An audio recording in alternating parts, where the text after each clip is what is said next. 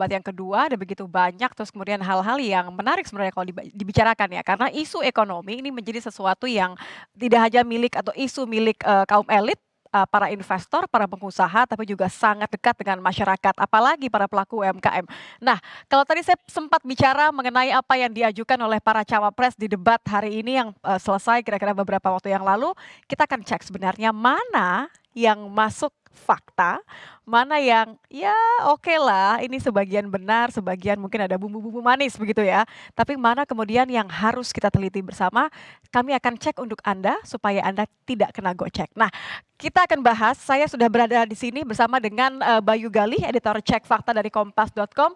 Selamat malam Mas Bayu. Selamat malam Nitya. Tadi kita sama-sama di ruangan, Di di war room war ya. room ya. Ini semua sudah berkeringat karena isu hari ini lumayan, tricky ya. Ada Iya. banyak angka, ada banyak data yang saya tadi dengar, Mas Bayu ini sudah benar belum? Ini tahun Iya, iya, berapa? iya. Ini bagaimana kondisinya? Faktor-faktor lain ini yang Iya, terjadi ya? memang ketika bicara tema ekonomi tantangannya adalah mencocokkan dengan angka ya. Jadi Mhm. data-data yang bisa dibilang valid gitu. Jadi ketika kandidat bicara soal angka, kita juga harus mencocokkan dengan data yang ya bisa dibilang memang harus valid gitu kan, dari sumber yang relevan. Betul, ada relevansinya dengan tahunnya, ada Iya, iya, iya. relevansinya dengan kondisinya tadi. Benar Ada sekali. beberapa yang kemarin kita tadi sudah, putuskan akan diambil untuk Iya, dicek faktanya masing-masing dari pernyataan, cawapres nomor urut cawapres. 1, nomor urut 2, dan juga nomor urut 3. Ini sesuatu yang sangat menarik untuk dibahas karena ketiganya menampilkan gaya yang berbeda dan Iya, juga mengangkat isu yang sebenarnya ini, lumayan menunjukkan, isu yang menjadi perhatian bagi mereka ya. iya Kalau benar kita lihat sekali. tadi, maksud kami Muhammad Iskandar ini banyak menggunakan kata-kata mengenai angka, Iya, iya, pengangguran iya, begitu iya. ya. Sementara kalau Gibran ini yang tadi kita lumayan ini ya, yang mana nih yang Iya, akan iya, kita iya. angkat dari pernyataan Gibran ya Mas Iya, Bayu ya? ada beberapa kayak keberlanjutan kan, Mhm. melanjutkan apa, keberlanjutan pemerintahan yang sekarang juga nanti ya. Kemudian juga ketika kita bicara Mahfud MD, yang disoroti faktor apa, sektor-sektor hukum juga nanti. Mhm, yang menjadi kekuatannya seorang Mahfud MD Seorang sebagai Mahfud Menko MD, Polhukam ya? iya, iya, iya. Oke, ini sangat menarik Mas Bayu, tapi kita juga akan melihat bagaimana sebenarnya atau mana pernyataan mana yang akan kita ambil kemudian tadi tim di War Iya, Room dari Kompas.com, tim Cek Fakta sudah melakukan, DD-nya, iya, due diligence-nya untuk mengetahui apakah pernyataannya dari cawapres nomor urut 1, 2, dan 3 yang disampaikan dalam debat ini apakah benar atau tidak. Kita akan mulai dari pernyataan cawapres nomor urut 1, Muhaimin Iskandar atau Caimin, yang menyebut bahwa angka pengangguran Indonesia mencapai 8 juta orang. Mas Bayu jangan senyum terlebih dahulu ya, iya, karena ada banyak hal yang bisa dikulik dari hal ini sebenarnya. Sementara orang-orang atau pekerja yang bekerja di sektor informal ini mencapai 80 juta orang. Barusan adalah pernyataan yang disampaikan dalam debat oleh Muhaimin Iskandar. Kita akan dengarkan terlebih dahulu. Nah, padahal rakyat sudah kerja. Ini harus kita selepet. Angka pengangguran sudah 8 juta, 80 juta memang bekerja, tetapi di sektor informal. Mereka tidak mendapatkan penghasilan yang pasti dan bahkan dompetnya dipastikan tipis. Ini yang harus kita selepet. Oke, kalau kata-kata sifat dompet tipis itu sudahlah, kita nggak perlu iya, ngecek iya, soal itu ya iya, Mas Bayu ya. Tapi yang ingin saya cek adalah dua hal. Pertama yang mengenai angka pengangguran, kemudian ada berapa orang yang masuk dalam atau bekerja dalam sektor informal. formal. Kita boleh lihat terlebih dahulu ya. Iya, Oke. kalau dilihat pernyataan tadi Caimin memang bisa dibilang karena dia mengusung visi perubahan ya. Mhm. Jadi Caimin menyoroti sektor real yang ada di masyarakat. Makanya yang diangkat kayak semacam apa, pengangguran, terus sektor informal, dan lagi kata-katanya kan dompetnya tipis dan segala Ya. macam. Juga ya sebelumnya juga pernah diucapkan Caimin ketika di Bekasi. Mhm. Tapi kita lihat faktanya seperti apa. Ya, kita akan lihat ya faktanya dari pernyataan seorang cawapres Caimin, Muhaimin ya. Iskandar. Memang ketika bicara pengangguran, Caimin benar ketika dibilang angka pengangguran 8 juta, tapi itu data 2022. Ketika 2023 sudah menurun hingga 7,8 jutaan. Memang kalau di pernyataan, sorry aku potong ya, kalau di pernyataannya Ya, tidak disebutkan ya, ini tahunnya tahun tahun berapa? berapa Iya gitu memang. sebenarnya. Tapi yang menarik lagi ketika sektor informal, datanya masih sesuai. Ketika Caimin bilang 80 juta, memang sesuai data BPS 82,67 juta orang, Ya, give or take atau oke lah ya, sekitar 59% lah ya. Oke, jadi sebenarnya kalau dari dua hal yang kita cek faktanya faktanya, oleh tim Kompas.com, yang pertama adalah dari data BPS soal pekerja sektor informal, Sektor ini informal. masih oke lah ya, Masih karena sesuai dengan data BPS ya. 80 walaupun ini 82,67 juta, oke lah Iya, ini iya, iya. rata-rata. Namun tadi ada 59,11% pekerja informal, Informal. ini artinya. Tapi kalau urusan yang 8 juta tadi ini Ya, tidak tepat ya? karena juga dia tidak menyebutkan tahun berapa gitu Tahun ya. berapanya. Iya. Oke, nah kalau tadi adalah pernyataan dari cawapres nomor urut 1 Muhaimin Iskandar yang ada hal yang benar atau Ada yang sesuai benar. dengan fakta, tapi ada juga hal yang nampaknya kurang tepat karena tidak dicantumkan secara benar tahunnya, Tahun, ya. berapa. Kalau mengacu pada tahun 2022 masih bisa relevan, masih Relevan. bisa dikatakan benar, tapi kalau 2023 ini angkanya sudah berubah.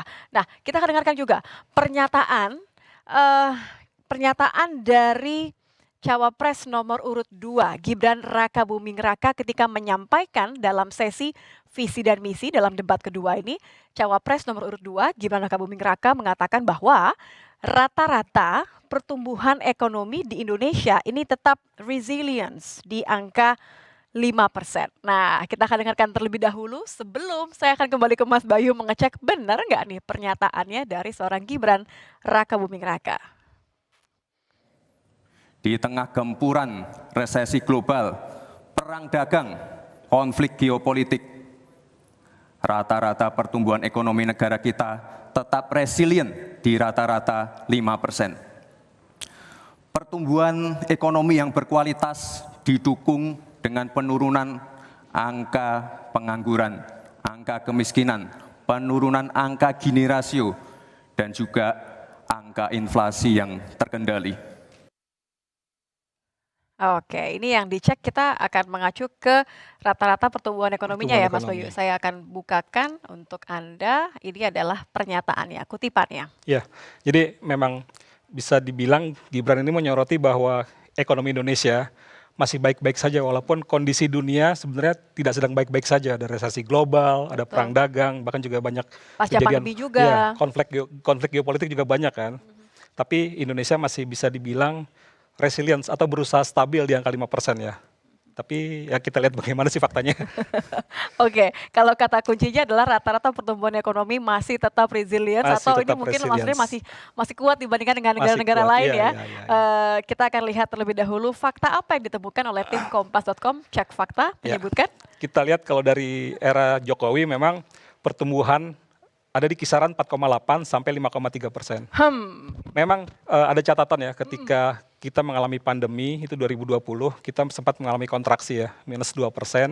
Tapi tahun berikutnya 2021 kita berusaha bangkit pertumbuhan ekonomi 3%-an dan bisa kembali resilience di 2022 5,31. Jadi memang datanya masih sesuai dengan pertumbuhan ekonomi ini.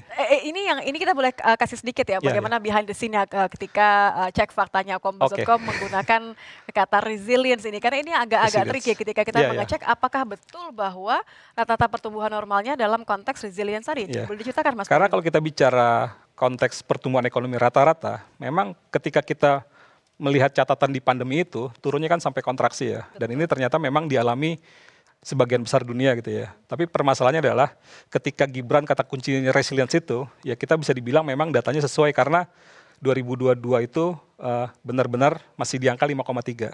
Sebenarnya cukup baik ya karena kan tumbuh cukup tinggi kalau dalam 2 tahun dari minus 2 hingga jadi 5,31%. Oke, jadi ini bisa dibilang masuk kategori fakta dan Iya. bisa diterima secara keseluruhan ya pernyataan lengkapnya. Masih sesuai dengan datanya. Masih sesuai. Oke, sejauh ini masih sesuai. Giliran pernyataan dari Cawapres nomor urut 3, Mahfud MD. Nah, kalau dalam penyampaian visi dan misi, calon wakil presiden nomor urut 3, Mahfud MD ini sempat menyinggung soal banyaknya korupsi yang menjadi kendala bahwa Indonesia tidak pernah mencapai target pertumbuhan ekonomi hingga 7%. Mahfud juga sempat menyebut bahwa banyaknya pemerasan kepada para pengusaha yang akan melakukan investasi inilah menjadi salah satu faktor. Kita akan dengarkan terlebih dahulu. Lalu pertanyaan itu saya sampaikan kepada beberapa orang ahli. Lalu mereka mengatakan hanya karena kebodohan kita kita ini tidak bisa menaikkan pertumbuhan ekonomi menjadi 7% karena kita ini kaya raya dengan sumber daya alam dan sumber daya manusia yang hebat. Masalahnya apa? Masalahnya banyak korupsi dan inefisiensi di sektor-sektor pertumbuhan ekonomi, yaitu di sektor konsumsi, belanja pemerintah, ekspor impor, dan investasi. Saya langsung ke Mas Bayu ya, kita akan lihat. Ini sudah menarik lagi-lagi karena kita melihat ada gaya yang berbeda, kemudian fakta yang kembali diulang-ulang, persepsi yang kemudian sangat mengunggulkan gayanya masing-masing. Dan ini adalah khasnya Mahfud MD sekali ya, soal pemberantasan korupsi. Ini dia kutipannya. Kita lihat Prof. Mahfud MD memang seorang pakar hukum tata negara ya. Jadi dia memang menyoroti sektor hukum, apalagi dia bisa dibilang komandan di pemerintahan Jokowi di sektor politik hukum dan keamanan. Betul. Jadi ketika dia bicara korupsi, memang sorotannya bahwa korupsi ini menyebabkan pertumbuhan ekonomi yang ya bisa dibilang stagnan. Karena juga Prof. Mahfud di debat ini bilang pertumbuhan ekonomi Indonesia selama reformasi tidak pernah mencapai 7%. Dan ini sorotannya karena banyak di sektor pertumbuhan ekonomi. Itu di sektor konsumsi, belanja pemerintah, ekspor impor, dan investasi. Tapi kayak gimana sih faktanya? Bagaimana ya faktanya ya, kita akan cek nih ya. Seperti apa kebenarannya? Ya kalau kita bicara indeks persepsi korupsi, memang Indonesia skornya pernah terjun bebas ya dari datanya Transparansi Internasional. Dan lagi yang menarik lagi, sorotan Prof. Mahfud memang kalau berdasarkan data ICW, ini memang kerugian negara akibat korupsi banyak di sektor-sektor ekonomi. Betul. Perdagangan, transportasi terus juga ada sumber daya alam, utilitas dan segala macamnya. Ini memang ya bisa dibilang sorotan yang tepat gitu ya ketika bicara korupsi, dampaknya ke pertumbuhan ekonomi. Ya, apalagi setelahnya pernyataan setelah mengambil data dari ini ya, dari indeks persepsi korupsi, ini kemudian dilanjutkan dengan persepsi bahwa ketika ia menjadi Menko Polhukam, 5 sektor inilah yang kemudian ia berantas. Ya, betul, menjadi sorotan ya untuk ditangani ya korupsi di sektor itu. Oke, jadi sejauh ini ya, fakta. sesuai faktanya. Sesuai ya. Oke, Mas Bayu kalau kita lihat tadi kan ketiga hal ini lagi-lagi yang mengusung pendekatan yang berbeda. Tapi sejauh ini fakta yang kita temukan adalah benar begitu ya. Pernyataan mereka bisa di cross check dalam fakta. Bisa diceritakan bagaimana kemudian tim cek fakta kompas.com menggunakan metodologi seperti apa, kemudian seperti apa tantangannya untuk debat cawapres kali ini karena temanya nih ekonomi jadi harus presisi begitu ya, tidak boleh lewat 0, sekiannya pun. Jadi memang pertama kesulitan atau sebenarnya metode yang harus diperhatikan adalah pernyataan yang disampaikan. Apakah itu bisa diuji atau tidak? Karena kan tidak semua pernyataan tidak bisa diuji. Jadi kita tidak bisa menguji pernyataan yang memang slip of tongue gitu, salah ngomong itu nggak bisa diuji. Atau bahkan janji-janji politik itu tidak bisa karena kita bukan malaikat yang menguji janji kan. Jadi kita mengukur yang maksudnya ada ukurannya gitu. Kita bisa ada kasusnya, ada kejadiannya begitu ya. Kita bisa menguji pernyataan yang memang ada faktanya. Yang memang misalnya klaim keberhasilan walaupun diucapkan secara kualitatif gitu ya. Tapi tetap ada ukuran-ukurannya. Kayak apakah korupsi berhasil ditangani itu kan adalah indeks persepsi korupsi yang memperlihatkan datanya. Jadi memang yang perlu dilakukan adalah ketika pernyataan itu muncul, kita akan menguji dengan data yang mana. Yang sulit di sini kan adalah kita mencari data yang relevan dengan ucapan. Betul. Jangan sampai konteksnya berbeda. Konteksnya berbeda dengan yang disampaikan. Jadi kita memang harus hati-hati di sini. Bahkan memang walaupun kita bekerja cepat, ini juga kesulitan lainnya ya.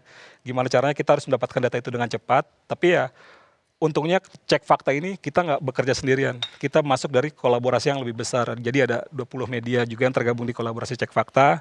Dan juga kompas.com juga bersama Kompas TV juga melakukan kolaborasi. Jadi dapat datanya itu bisa lebih sesuai dan bisa lebih tepat. Tapi dengan catatan ya, untuk hal-hal yang memang kita ragu, kita yakin ini datanya sesuai, kita hold. Apakah bisa disesuaikan besok atau diselesaikan karena tadi lain hari? Menggunakan data yang mana terlebih dahulu begitu ya, data konteksnya supaya lebih sesuai begitu ya. Jadi kalau ada beberapa mungkin warganet maupun juga masyarakat yang menonton bertanya-tanya kok yang ini nggak di cross check begitu ya, jangan kecewa karena bisa jadi ini hanya masalah waktu. Besok kemudian cek fakta dari kompas.com juga bekerjasama dengan Kompas TV masih akan memberikan cek fakta lainnya, jadi harus nonton di kompas.com. Oke, terima kasih Mas Bayu. Tadi adalah beberapa yang kami kutip pernyataan di dalam debat cawapres yang kemudian sudah dilakukan ujinya faktanya supaya Anda nggak kegocek.